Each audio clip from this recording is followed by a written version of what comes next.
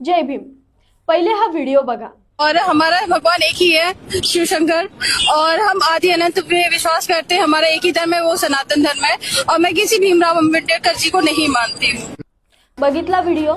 या व्हिडिओमध्ये ती बाई म्हणते की मी आंबेडकरांना नाही मानत। ठीक आहे, मी शिवजींना मानते, तेही ठीक आहे, पण हिला हे बोलण्याचे स्वातंत्र्य कोणी दिले? तर भारतीय संविधानाने। ती एक शिक्षित ॲडव्होकेट आहे आणि ॲडव्होकेट असताना नेमकं समजत नाही आहे तिने भारतीय संविधानाचा अभ्यास केला आहे की शिवतांडव वाचून ती ॲडव्होकेट बनलेली आहे। या महिलेची मानसिकता या व्हिडिओ मधूनच आपल्याला कळते की किती खालच्या लेवलचे तिचे विचार आहेत आणि किती खालच्या स्तराची तिची मानसिकता आहे। ही एक शिक्षित महिला आहे, तिला एवढी तरी बुद्धी असायला हवी की या देशातल्या प्रत्येक महिलेला बोलण्याचा, जगण्याचा, माहितीचा, संपत्तीचा अधिकार कोणी दिला? तर डॉक्टर बाबासाहेब आंबेडकरांनी दिला। डायव्होर्सचा अधिकार म्हणा, मुलं दत्तक घेण्याचा अधिकार म्हणा, आणि जर एखादी सरकारी कर्मचारी महिला जेव्हा प्रेग्नंट असते तेव्हा मॅटर्निटी लिव्ज आणि त्या मॅटर्निटी लिव्ज मध्ये पगार घेण्याचा अधिकार सुद्धा हा डॉक्टर बाबासाहेब आंबेडकरांमुळे तिला भेटतोय।